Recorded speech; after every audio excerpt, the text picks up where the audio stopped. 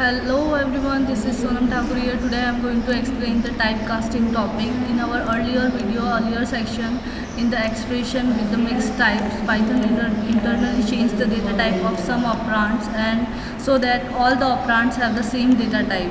This type of conversion is automatic, that is known as the implicit type conversion. Okay, here the Python also supports the explicit type conversion. The topic is here explicit type conversion. And explicit type conversion is a user-defined conversion that forces the n expression to be a specific type. Okay, the explicit type conversion is also known as a typecasting. Now, what is typecasting? Typecasting in a Python perform the type function of appropriate data type in the following manner. Here first the data type of the expression, then we write the expression here. Now where the data type is the data type of into which you want to convert that your expression.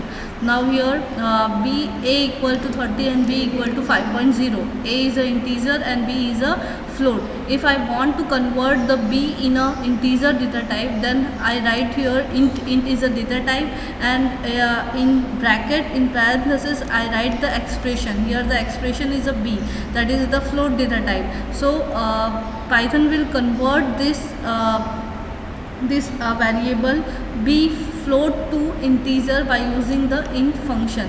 Will cast the type of expression as a int. Similarly, if you want to convert into a function, a variable to a float, then we have a float function here.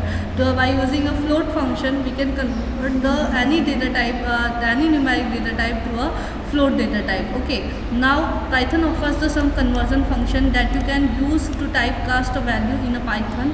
They are being listed in the following table. First one is an int function. Int function is used to convert the number data type like float, string having a digit into an integer type. Okay, here the float value is 7.8. Int function convert it by a 7, and here the 3, 4 is a string data type value है ना. String value है, उसके अंदर 3 and 4 digits हैं. ठीक है, string data type को इन function ने यहाँ पे इंटीजर में कन्वर्ट करके 34 रिटर्न किया है. Second one is a float function. Float function क्या करता है, हमारा कोई भी डेटा टाइप हो, न्यूमेरिक डेटा टाइप फ्लोट हो गया, स्ट्रिंग हो गया, string having a float value, उसे हमें वो एक फ्लोट वैल्यू में कन्वर्ट करके रिटर्न करता है. जैसे कि फ्लोट में हमने अगर 7 इंटीजर वैल्यू पास की है तो ये हमें 7.0 इस तरह से float value floating point number में उसकी वैल्यू को रिटर्न करेगा.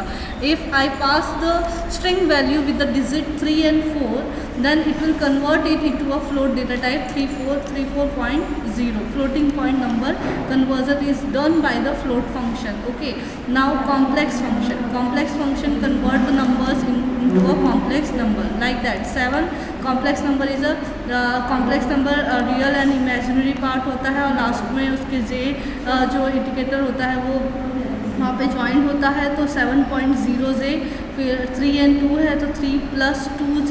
इस तरह से this is the real part, this is the imaginary part. ठीक है ना, इस तरह से 2 आर्ग्यूमेंट्स होते हैं. तो इस तरह से वो टाइप कन्वर्जन कर देता है किसी भी न्यूमेरिक वैल्यूज़ को, वो कॉम्प्लेक्स टाइप में आपको कन्वर्ट करके कॉम्प्लेक्स फंक्शन रिटर्न करेगा. स्ट्रिंग str फंक्शन ये हमारे स्ट्रिंग वैल्यूज़ को में कन्वर्ट करता है. नंबर्स, बुलियंस, जो भी वैल्यू हो उसे हमें स्ट्रिंग वैल्यू में कन्वर्ट करके रिटर्न करता है. जैसे कि मैंने 3 यहाँ पास किया है तो ये कोटेड यहाँ पर रिटर्न हो रहा है. That means 3 is not now a integer data type, it's a string because 3 digit is a coated here. Okay, 5.78 float number है. अब आप देख सकते हो 5.78 तो एज इट इज़ है, बट वो कोटेड है. दैट मीन्स str फंक्शन ने उसे स्ट्रिंग में कन्वर्ट कर दिया है. ठीक है, अब 0o17 ये हमारा ऑक्टल नंबर. ठीक है ना, 15 जो हमारा 15 हमारा ऑक्टल नंबर है, हेक्साडेसिमल नंबर, ये इन सब चीज़ों को भी वो हमारे स्ट्रिंग वैल्यू में इस तरह से कन्वर्ट करके हमें 15 रिटर्न कर रहा है. ठीक है, और i1 + 2j this is the complex number. Complex number को भी इस तरह से वो स्ट्रिंग वैल्यू में कन्वर्ट कर देगा. अगर आपको बुलियन वैल्यू यानी ट्रू एंड फॉल्स अगर आप देते हो कैपिटल T कैपिटल F के साथ, तो वो भी उसे एक स्ट्रिंग में कन्वर्ट करेगा कोटेशन के साथ. तो ये चीज़ें आपको ध्यान रखनी है. ठीक है, now Another function is a bull function. Bull function is used to convert the any type to a boolean value. जैसे कि हमने 0 पास किया तो 0 की वैल्यू फॉल्स होती है, 1 पास किया तो ट्रू होती है, अगर हमने कोटेड पास किया तो फॉल्स आएगी, 0.0 पास करेंगे तो अगेन फॉल्स आएगा, अगर न्यूमेरिक वैल्यू पास किया 3 तो वो ट्रू रिटर्न कर रहा है। क्या अगर स्ट्रिंग वैल्यू हम पास कर रहे हैं तो भी वो ट्रू रिटर्न कर रहा है, ठीक है। हेलो पास कर रहे हैं तो भी वो ट्रू वैल्यू हमें इस तरह से रिटर्न कर रहा है। With bool function non zero non empty values and any type given a by a true and rest zero empty values, ये अगर हम ये पास करते हैं तो वो फॉल्स लाइक दैट, जिसके हमने जीरो और एम्पटी वैल्यू पास किया तभी उसने फॉल्स रिटर्न किया, ठीक है। 0.0 भी पास किया तो भी उसने फॉल्स रिटर्न किया, अदरवाइज वो हर एक सिचुएशन में बुल फंक्शन हमें ट्रू ही रिटर्न करता है। तो हमारा टाइप कास्टिंग जिसे हम एक्सप्लिसिट टाइप कन्वर्जन भी कहते हैं, ये एक इम्पॉर्टेंट टॉपिक है आपके वाइवा के लिए, आपके एग्ज़ाम के लिए। इसे अच्छे से आप लोगों को रेडी करना है। Now another point is a working with some standard libraries. हमारे पास बहुत सारे बिल्ट इन फंक्शन हमने यहाँ पे देख लिए।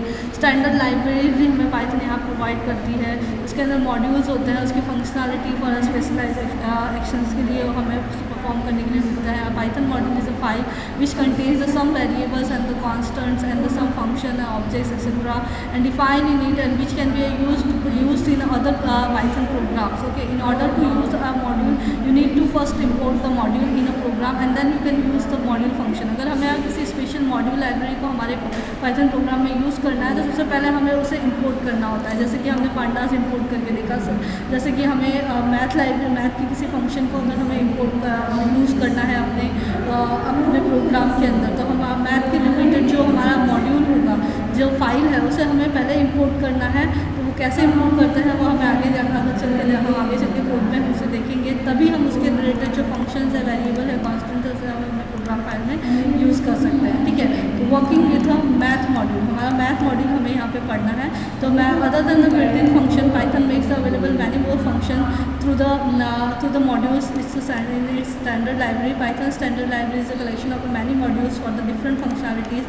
Module time offers the time related function. Module string offers the string manipulation related functions. Okay, Python standard library provides the module namely a math नाम का भी एक मॉड्यूल है जिसके मैथ रिलेटेड फंक्शन उसके अंदर रहता है with all the number type except the complex numbers. Complex number के अलावा जितने भी जो हमारे फ्लोटिंग पॉइंट और इंटीजर टाइप के नंबर होते हैं उसके रिलेटेड जितने भी फंक्शनलिटीज़ फंक्शंस है वो सारे मैथ मॉड्यूल के अंदर इंक्लूडेड होते हैं, सब यूज़ कर सकते हैं अपने प्रोग्राम में। In order to work with the math module you need to first import to your programme.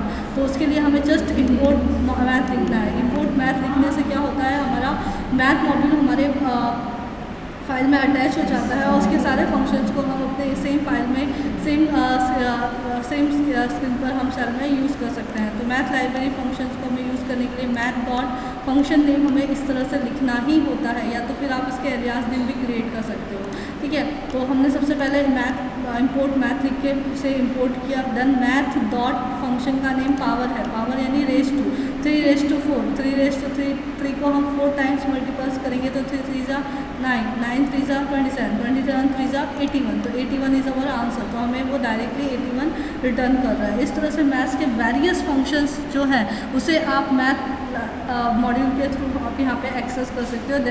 All these are the built in functions. Okay, some mathematical function in the math module में कुछ और भी mathematical functions है, जैसे कि यहाँ पे ceil function है, स्क्वायर रूट फंक्शन है, एक्सपोनेंट फंक्शन है, फैक्ट फंक्शन है, फ्लोर फंक्शन है, लॉग फंक्शन है, लॉग 10 फंक्शन है, पावर फंक्शन मोस्ट इम्पॉर्टेंट, साइंसिंग, कॉस, 10 डिग्रीज, रेडियंस, इस तरह के बहुत सारे हमें यहाँ पे फंक्शंस देखने को मिलेंगे, जिसका कन्वर्जन हम यहाँ पे देख लेते हैं। फ्लोर सील फंक्शन क्या कर रहा है, इसकी सीलिंग वैल्यू रिटर्न करता है। सीलिंग वैल्यू रिटर्न करता है smallest integer not less than the number से लेस देन उसकी स्मॉलेस्ट वैल्यू क्या होगी वो रिटर्न करता है, नेगेटिव पॉजिटिव के रिगार्डिंग। स्क्वायर वैल्यू वहाँ पे जैसे हमने 81 किसका परफेक्ट स्क्वायर है, 9 का है, तो वो उसकी स्क्वायर वैल्यू जो स्क्वायर रूट वैल्यू है वो रिटर्न करेगा। इसी तरह से एक्सपोनेंट फंक्शन उसका एक्सपोनेंट वैल्यू रिटर्न करेगा। Fabulous function returns the absolute value of a number. Abs की नेगेटिव पॉजिटिव, एब्सोल्यूट मतलब अगर नेगेटिव नंबर रहता है तो भी वो उसे पॉजिटिव करके रिटर्न करता है, ठीक है ना, abs function. Floor function function returns the largest integer not greater than the number, यानी उससे लेस देन वाला जो नंबर होता है वही वो रिटर्न करता है, ठीक है ना। इस तरह से फ्लोर फंक्शन काम करता है। लॉगरिथम जितने फंक्शन है, पावर फंक्शन हमने देख ही लिया है। फर्स्ट वन बेस होता है, सेकंड वन उसका एक्सपोनेंट पार्ट होता है, उसके रेज टू पार्ट होता है। sin cos tan हमारे जो अलजेब्रिक फंक्शन है, ये सारे फंक्शन भी इसके अंदर काम करते हैं। जस्ट आपको आर्गुमेंट में वेरिएबल का नेम लिखा है, उसकी sin वैल्यू आपको वो रिटर्न कर देगा, उसकी cos वैल्यू, उसकी tan वैल्यू, उसकी डिग्री वैल्यू, वो जितनी भी होगी वो उसे रिटर्न कर देगा। रेडियन वैल्यू, उसकी डिग्री की रेडियंस क्या होती है, इस तरह से रेडियन फंक्शन हमें रिटर्न कर देता है वैल्यू, ठीक है। तो या इस तरह से हमारे पास पाई नाम का फंक्शन है जो math.py, math.x, इस तरह से करके हम उसकी पाई वैल्यू भी यहाँ पे डायरेक्टली 3.141 हमें यहाँ पे हम इजीली गेट कर सकते हैं मैथ मॉड्यूल के थ्रू, ठीक है। तो इस तरह से हमारे पास कुछ मैथ फंक्शन है जिसे हम अपने प्रोग्राम में यूज़ कर सकते हैं, ठीक है। कुछ एग्जांपल्स यहाँ पे दिए हुए हैं जिसे आप यहाँ पे अपने कंप्यूटर में, अपने लैपटॉप में, अपने स्मार्टफोन में आप इसको प्रैक्टिस करके इसके सॉल्यूशंस को आप लोग देख सकते हो कि किस तरह से ये फंक्शंस काम कर रहे हैं, ठीक है। अब हम देखते हैं random module. Random module is the module namely और random provides the random number generate. ये हमें एक रैंडम सीक्वेंस नंबर जनरेट करने की फैसिलिटी प्रोवाइड करता है, जिसका मॉड्यूल का नेम भी रैंडम है। सबसे पहले आपको इम्पोर्ट रैंडम लिखना है। उसके अंदर सबसे पहला फंक्शन हमारा रैंडम है जो it returns the random floating point number, ठीक है ना। 0.0, 1.0, 2.0, 3.0, इस तरह से हमारे infinite random floating point number return करता है। रैंडियंट में ए और बी 2 आर्ग्यूमेंट्स है यहाँ पे, ठीक है। Both range inclusive, remember it generates the integer number हमें रिटर्न करता है। रैंड रेंज नाम का भी फंक्शन है जिसके अंदर स्टार्टिंग, स्टॉपिंग और स्टेपिंग वैल्यू 3 आर्ग्यूमेंट हम यहाँ पे प्रोवाइड कर सकते हैं रैंड रेंज फंक्शन। हर एक का हम एग्जाम्पल देखते हैं। रैंडम नंबर, तो यहाँ पे देखिए रैंडम नंबर जनरेट करके उसमें से कोई एक बाय डिफॉल्ट सिलेक्ट करके वो यहाँ पे आपको सिंपली वो रिटर्न कर रहा है, ठीक है ना, रैंडम नंबर के थ्रू। फिर to generate the random floating point number between 0.0 to 1.0 simply use the random, ठीक है ना। रैंडम हमने जस्ट यूज़ किया, 0.0 से 1.0 बाय डिफ़ॉल्ट वो एक रैंडम नंबर चूज़ करके आपको रिटर्न कर रहा है। To generate the random floating number between the range lower to upper, lower range to upper आपको रिटर्न करना है। आपको 2 वैल्यूज़ यहाँ पे पास करनी है, lower range and then upper range. तो देखो 15 to 35 के बिटवीन आपको यहाँ पे रैंडम नंबर जनरेट करना है। तो यहाँ पे आपको क्या करना है, रैंडम जो आपको मॉड्यूल का नाम है वो लिखना है। डॉट रैंडम नाम का हमारे पास एक फंक्शन है जो ये हमारा फर्स्ट फंक्शन है, वही लिखना है। फिर 35 minus maximum to minimum plus 15 कर देना है आपको। तो इसके बिटवीन जो रैंडम नंबर होगा कोई भी सिलेक्ट करके आपको ये वैल्यू को रिटर्न करेगा। To generate the random integer number in between 15 to 13, 15 to 13 के बिटवीन कोई भी एक सिलेक्शन करना है। तो इस तरह से आप randint number maximum minimum value आप पास करके ले सकते हो। रैंड रेंज फंक्शन में एक आपको एक्स्ट्रा फीचर मिलता है कि आप स्टेपिंग वैल्यू भी यहाँ पे पास कर सकते हो। 11 से 45 के बीच में आपको कोई एक वैल्यू चाहिए, तो इस तरह से 45 के जो ये इस तरह से अगर आप स्टॉपिंग वैल्यू जस्ट पास करोगे तो भी चल जाएगा। तो अलग अलग आर्ग्यूमेंट के थ्रू यहाँ पे आपको randrange function use 3 ways है इसके यूज़ करने के। सबसे पहले आप स्टॉपिंग वैल्यू पास कर दो। स्टॉपिंग वैल्यू पास करोगे तो वो 0 से स्टार्ट करेगा और 45 नंबर तक का आपका रैंडम वैल्यू वो इंक्लूड करेगा। अगर आप स्टार्टिंग स्टॉपिंग दोनों पास करते हो तो 11 से लेके 45 के मिड में आपको कोई भी वैल्यू को वो यहाँ पे आपको चूज़ करके रैंडमली दे देगा। अगर आप starting stopping as well as stepping number भी पास करते हो तो स्टेपिंग के साथ 11 to 45 के बीच में और हर एक 4 वैल्यू को स्किप करने के बाद जो नंबर आता है, यानी in between like this number, these are the average 4th number of between 11 to 45। तो इनमें से कोई एक रैंडमली वो सिलेक्ट करके इस तरह से आपको आउटपुट में सेंड करेगा। तो हमारे पास रैंडम, रैंड इंट और रैंड रेंज नाम का 3 फंक्शन है रैंडम मॉड्यूल के अंदर जिसे आप यूज़ कर सकते हो, ठीक है। अब स्टैटिस्टिक्स मॉड्यूल में आप लोगों को पता है कि मीन मीडियन मोड आप लोगों ने सीख ही लिया होगा अपने लोअर क्लासेस में।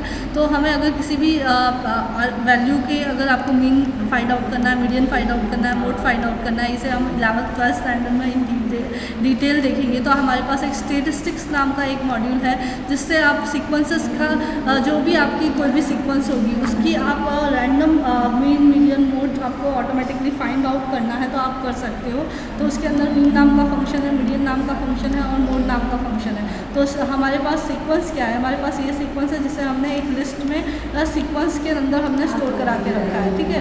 तो हमने उसके आर्ग्यूमेंट में वो वेरिएबल का नाम दे दिया, उसकी मीन वैल्यू जो होगी वो रिटर्न हो जाएगा। उसके मीडियन वैल्यू जो होगी वो मीडियन फंक्शन रिटर्न है, उसकी मोड वैल्यू जो होगी वो मोड फंक्शन हमें इस तरह से रिटर्न कर रहा है। सो स्टूडेंट्स, इस तरह से हम हमारे पास मैथ मॉड्यूल, स्टैटिस्टिक्स मॉड्यूल और रैंडम मॉड्यूल, इस तरह से 3 मॉड्यूल्स हैं जिसका यूज़ करके हम अपने प्रोग्राम में बहुत सारे जो हमारे एडिशनल बिल्ट इन फंक्शंस हैं, ठीक है, इंटीजर, फ्लोट, कॉम्प्लेक्स, इन सब के अलावा वो भी हम यहाँ पे अपने पाइथन प्रोग्रामिंग में यूज़ कर सकते हैं। तो यहाँ पे हमारा चैप्टर फिनिश हो रहा है। यहाँ पे लेटेस्ट रिवाइज में पूरे चैप्टर के अंदर आपको जो भी क्विक वन लाइनर्स हैं आपको बहुत अच्छे से यहाँ पे एक्सप्रेशन के रिलेटेड लेटेस्ट रिव्यू में आपको एक्सप्लेनेशन दिए हुए हैं। आप इसे रीड कर लो for your exam, it is very important, ठीक है। फिर ये चैप्टर यहाँ पे फिनिश होता है, ठीक है। किसी को कोई डाउट हो तो please ask me in your WhatsApp और कमेंट सेक्शन, ओके। अगर मेरा वीडियो आप लोगों को पसंद आया, please do like my video और subscribe my channel. Thank you for watching. Have a nice day, stay safe, stay home.